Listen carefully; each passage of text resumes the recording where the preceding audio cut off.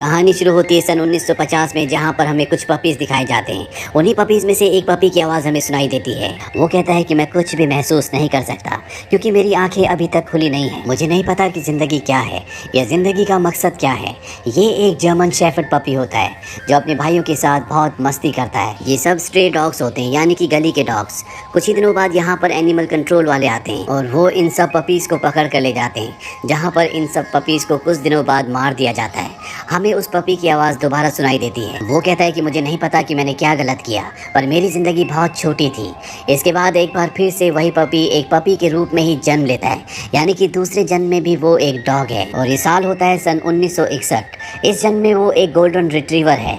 वो एक puppy farm में होता है जहाँ पर कुछ लोग पपीज़ को अडॉप्ट करने के लिए आते हैं, और जब उन्हें गोल्डन रिट्रीवर दिखाया जाता है तो उसका दरवाज़ा खुला रह जाता है। गोल्डन रिट्रीवर वहाँ से भाग जाता है और कुछ दूर जाने के बाद वो देखता है कि वहाँ पर बहुत सारा कूड़ा है, जहाँ पर खेलना उसे बहुत अच्छा लगता है। पर वो एक गत्ते के बॉक्स के अंदर फंस जाता है। तभी वहाँ पर दो गार्बेज मैन आते हैं और वो इसे अपने साथ अपनी गाड़ी में बैठा लेते हैं, क्योंकि वो इसे बेचकर पैसे कमाना चाहते हैं। वो गाड़ी एक जगह खड़ी कर वहाँ से निकल जाते हैं और गोल्डन रिट्रीवर उसके अंदर कैद हो जाता है। वो कहता है कि मुझे बहुत प्यास लगी है। उसकी हालत बहुत ख़राब हो रही होती है। तभी वहाँ पर ईथन नाम का लड़का अपनी मॉम के साथ आता है, जो गाड़ी के अंदर देखता है कि डॉग वहाँ पर फंसा हुआ है। वो बहुत प्यासा है। वो अपनी मॉम से उसे बाहर निकालने के लिए कहता है।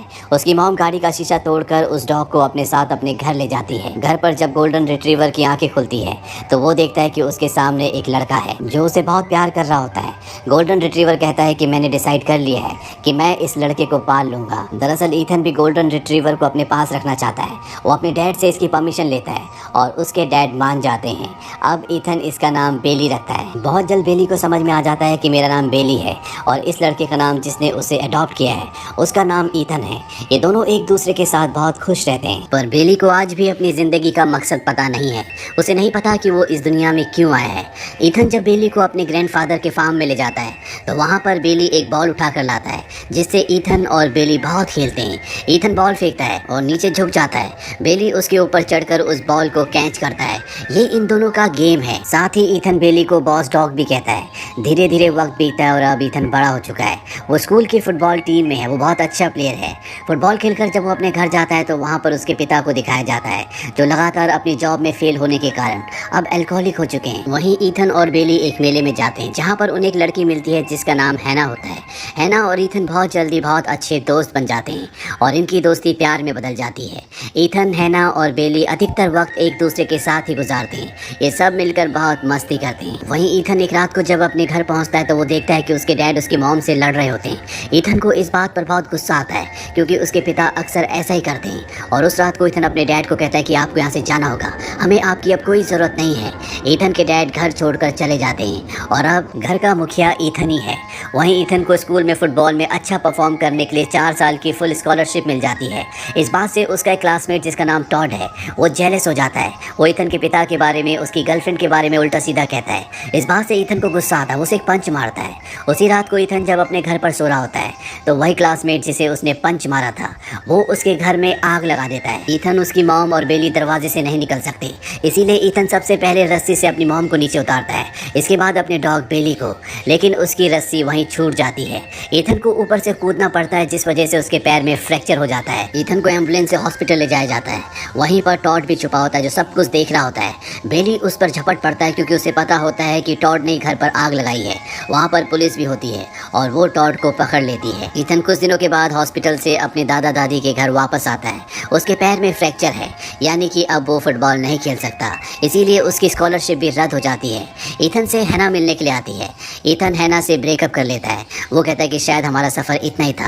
दरअसल ईथन किसी की ज़िंदगी में बोझ नहीं बनना चाहता और यहाँ से ईथन और हैना के रास्ते अलग अलग हो जाते हैं। इसके बाद ईथन एग्रीकल्चर स्कूल चला जाता है ताकि वो अपने ग्रैंडफादर के फार्म को संभाल सके। बेली अब ईथन के ग्रैंडफादर के साथ ही रहता है, पर अब वो बूढ़ा हो चुका है। वो पहले की तरह भाग नहीं सकता, उछल कूद नहीं कर सकता और वो बहुत ज़्यादा बीमार हो जाता है। आता है। उसकी आंखें सिर्फ ईथन को ढूंढ रही होती है। ईथन उससे आखिरी बार उसे गुड बाय कहने के लिए आता है और इस तरह से बेली की जिंदगी खत्म हो जाती है। सन 1980 की शुरुआत में एक बार फिर से बेली डॉग के रूप में जन्म लेता है और इस बार वो फीमेल जर्मन शेफर्ड के रूप में जन्म लेता है। उसे अपना पिछला जन्म याद है। वो ईथन को चारों तरफ ढूंढ रहा होता है पर ईथन उसे कहीं भी नहीं दिखता। वो एक पुलिस डॉग है, यानी कि बॉम्ब ढूंढना, लोगों की जान बचाना उसका काम है। उसका जो ट्रेनर, उसका मास्टर होता है, बहुत सीरियस होता है। पर वक्त बीतने के साथ साथ इन दोनों के बीच में एक बॉन्ड क्रिएट हो जाता है। बेली का इस जन्म में नाम एली होता है।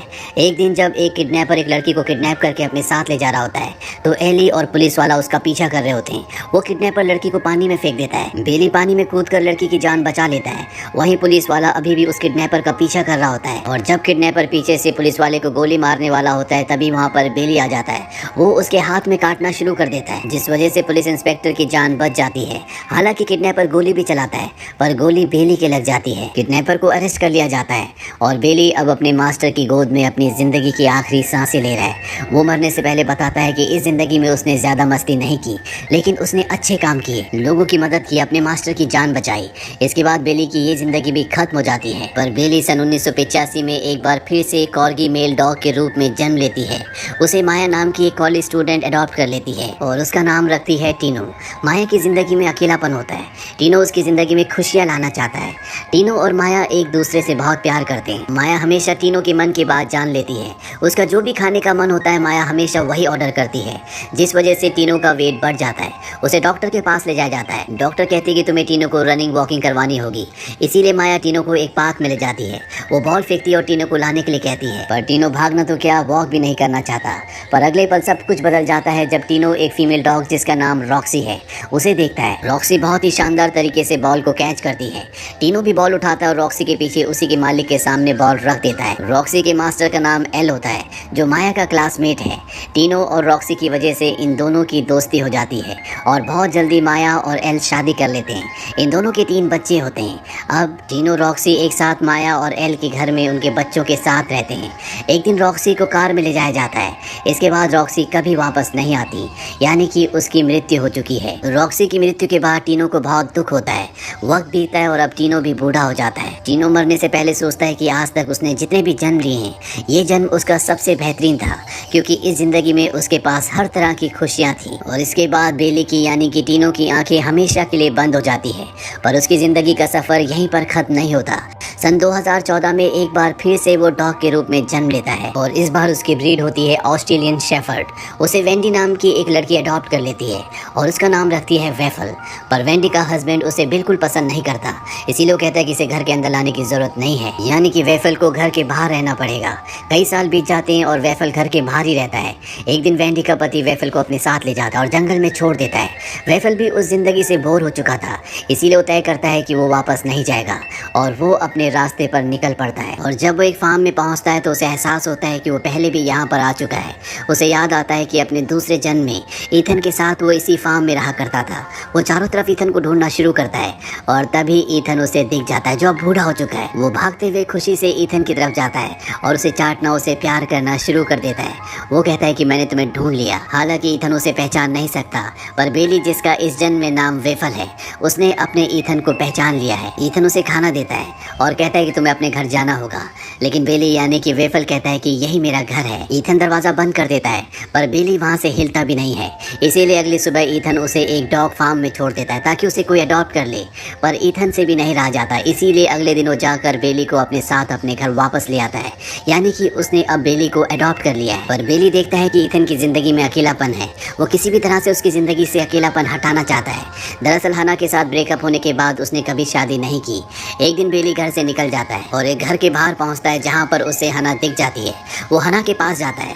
हना उसके गले में उसका बैच देखती है जिस पर उसका नाम लिखा होता है बडी। दरअसल ईथन ने उसका नाम बडी रखा है और बैच की दूसरी तरफ ईथन का नाम होता है। हना जब ईथन का नाम देखती है तो वो बडी को यानी कि बेली को लेकर उसके घर, उसके फार्म तक पहुंच जाती है जहां पर ये दोनों एक दूसरे को देखकर बहुत खुश होते हैं। हैना बताती है कि उसके हस्बैंड की मृत्यु हो चुकी है। ईथन भी उससे माफ़ी मांगता है। वो कहता है कि मैंने तुम्हें अपनी ज़िंदगी से दूर कर दिया, मुझे इसके लिए माफ़ कर दो। हैना कहती है कि ये बहुत पुरानी बात हो चुकी है। इसके बाद ईथन उसे डेट के लिए पूछता है और ये दोनों एक बार फिर से एक हो जाते हैं। जल्दी ये दोनों शादी कर लेते हैं। हालांकि बेली ईथन को पहचानता है पर ईथन को नहीं पता कि ये उसका बेली है। बेली चाहता है कि ईथन भी उससे पहचान ले, इसीलिए एक दिन वो उस बॉल को, जिस बॉल से वो बचपन में ईथन के साथ अपने दूसरे जन्म में खेला करता था, उसे ईथन के पास लेकर आता है। ईथन उसके सामने बॉल फेंकता है पर वो उस बॉल को नहीं उठाता। दरअसल वो चाहता है कि वो ईथन के साथ उसी तरह से खेले जैसे वो अपने दूसरे जन्म में खेला करता था। ईथन भी बॉल को ऊपर उछालता है और नीचे झुक जाता है। बेली भागकर उसके ऊपर चढ़कर उछलकर उस बॉल को कैच करता है। ये देखकर ईथन पूरी तरह से शॉक्ड हो जाता है, क्योंकि इस गेम के बारे में सिर्फ उसे और उसके डॉग बेली को पता था। ईथन उसे बॉस डॉग कहकर बुलाता है, जैसे वो अपने बेली को कहकर बुलाता था। और जैसे ही वो बॉस डॉग कहता है, बेली भौंकना शुरू कर देता है। जब जब वो बॉस डॉग कहता है, बेली भौंकता है। ईथन समझ जाता है कि ये और कोई नहीं बल्कि उसका बेली है, जिसने दोबारा जन्म लिया है। अंत में बेली को दिखाया जाता है, जो बताता है कि मेरी जिंदगी का पर्पस मुझे समझ में आ गया। हमें हमेशा खुश रहना चाहिए। जब भी हमें मौका मिले हमें दूसरों की मदद करनी चाहिए। हमारे अतीत में जो कुछ हुआ उसके लिए हमें पश्चाताप या दुखी नहीं होना चाहिए, और ना ही भविष्य की चिंता में डूबे रहना चाहिए। हमें दूसरों के बारे में सोचना चाहिए, और सबसे इम्पोर्टेंट, हमें सबसे प्यार करना चाहिए। हमें उस पल में जीना चाहिए जिस पल में हम हैं, यानी कि प्रेजेंट में। यही मेरी और हर एक डॉग की जिंदगी का पर्पस है। तो ये थी पूरी कहानी अ डॉग्स पर्पस की। ये मूवी ईयर 2017 में रिलीज हुई थी। IMDb पर इसकी रेटिंग है 7.2। उम्मीद करते हैं कि ये कहानी आपको पसंद आई।